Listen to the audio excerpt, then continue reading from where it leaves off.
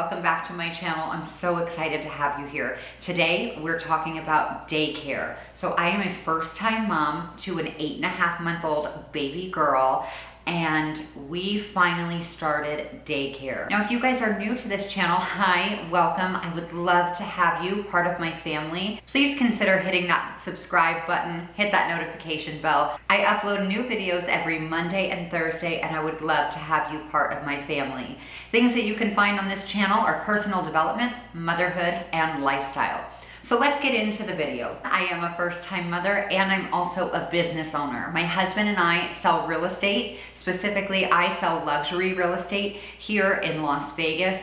So things were getting a little bit crazy, and I really felt for those parents during the pandemic, because now I truly understood what it was like to try and split your time, which, to be completely honest with you, it doesn't really work out that well, right? Because you want to be 100% with your work and 100% with your family, and you really can't do that. So we decided as a family that we were going to put our daughter in daycare. So what we wanted from our child's school is a place where she can be herself, she can explore, where she can have some one-on-one time with her teachers, but also so she can learn. Because we're the type of people that we don't want you to just watch her or stick her in front of an iPad or something like that. And again, no shame in that, but we really wanted her to be able to develop social skills, because she's only ever been around adults.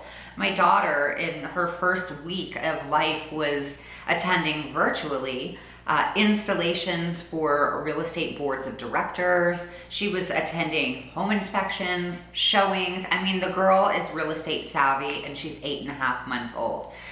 If she ends up in real estate at the end of this, I would actually be shocked, but she is definitely a future CEO. So what we wanted from a school when we started researching were things like education, care, of course, hygiene and sanitation in any times, but really specifically now, Las Vegas numbers are currently going up even more. So we really wanted to make sure that if someone else was watching our child, that they were definitely being cared for in of the same way that we would care for her. So what I love about the school that we ended up choosing was that they do a lot of different type of learning styles. So it's free play, she's able to crawl on the floor, explore other children, something that was completely different for her. Our school also offers her learning sign language. That's something that we started to implement when we started baby-led weaning, so more and all done and things like that. And you know, she does it relatively, but she's mostly sticking to the banging on her tray table for when she wants more. The girl is savage, she loves to eat. But when I posted on Instagram that Jameson was going to be starting school, a lot of people sent me in some questions, so I'm going to go over some of those questions here right now. So the first question is, why did we choose daycare? So this is a great question, because my husband and I do work from home, so it seems like it should be a pretty simple transition. And it was in the very beginning. So when Jameson was 0 to 3.5 months old, she still wasn't mobile at all. I could put her in the dock-a-tot. She was, you know, napping and sleeping most of the day. So that part was really easy. When she started rolling over and she started crawling and standing and becoming more curious about the surroundings in her environment, that's when it got really tricky. And I felt like I wasn't giving her 100% quality time, and I wasn't giving my clients 100% quality time. And that's just not fair to either of those people. So I was sitting here pulling my hair out, trying to figure out what the best solution was. My husband was saying the same thing. I don't know why this isn't working. We should be able to spend time with her, but these calls are coming in that we need to take. And real estate is kind of a 24/7 job, 365, especially the type of real estate that we do. We have to be available all the time. And it just wasn't helpful, it wasn't conducive to our relationship with Jameson, and it wasn't conducive for the business that we were trying to run. So that is why we chose daycare. So the next question that I got was, why did we choose the school that we did? So I did a ton of research. I spoke to a lot of different academies, and that's basically what I chose. I chose an academy that has a daycare for infants. That's what Jameson is in right now until she transitions to pre-toddler. This school is massive. It has a water park. It has a kitchen. It has a theater. It has so many things that I really wanted for her as she grows up through her life. So I obviously love to cook. I'm a former musical theater performer. I worked for Disney. I was on tour. I did all of this stuff. So I wanted her to be surrounded by art, science, and math, kind of like a STEM learning facility. So that's one of the reasons why I chose the academy that she's at right now. Another reason that we selected the school is because whether she goes one day or if she goes 5 days, it's the exact same cost. So you can pay weekly, you can pay monthly, totally up to you as a family, but it works out. Another thing that this school has is an app, Life Cubby, that you can keep in constant contact with her teachers. They can keep in contact with you. So the cool thing about this app is I get updates when she goes down for a nap, when she has a bottle, and how much did she eat. I get awesome photos of her getting read to or playing with other children. And it really keeps me connected, which is something that I really wanted, because I couldn't just hand over my baby and say, bye, I'll see you in 5 or 6 hours, and then just not think about her. This is not gonna happen. She's been with me every single day for 8 months. So I love the fact that they keep in constant contact with me. They tell me when her diapers were changed, when she had a nap, when she woke up, all of these wonderful things that I need to know as a mom, so that way when I pick her up, I know what she's going to be eating next. And so it really gives me peace of mind while I'm away. At the time of this video being filmed, Jameson has been in daycare for 1 week, and it was really hard doing that very first drop off. If you're a mom, you understand, right? Dropping off your child for the very first time, it was so heart-wrenching. I was kind of okay until my husband put her in the car and he closed the door and he started crying. And that's what got me. It was so sweet to see him so emotional, but at the same time, I'm the one trying to hold it together while I'm driving her to school and then trying to stay strong as I give her to her teacher and say bye for the very first time. We had a lot of parental guilt. We're thinking to ourselves, is this the right thing to do? Is this what's best for her? Is this what's best for us?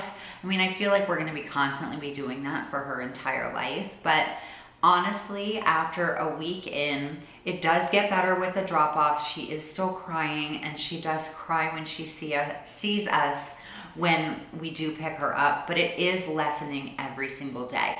So I'm hoping that as time goes on, and by the end of week 2, that she will be adjusted well enough. She's gonna be excited to see her friends and excited to see the teachers and just keep moving forward in this development. The funny thing is, she's really independent, and I knew this going forward. This girl is ready to run her own company, but she plays so independently, but she's such an observer, and I love that for her. I love that she's watching her surroundings. She's trying to pick things up. She's insanely smart. Across the hall from her infant room is the pre-toddlers, which is where she's gonna go next, which is where the kids can stand and walk and all of that. So she's supposed to be going into there pretty soon, and I can see her look at the children in the other room going, I want to go there because I feel like this room is holding me back.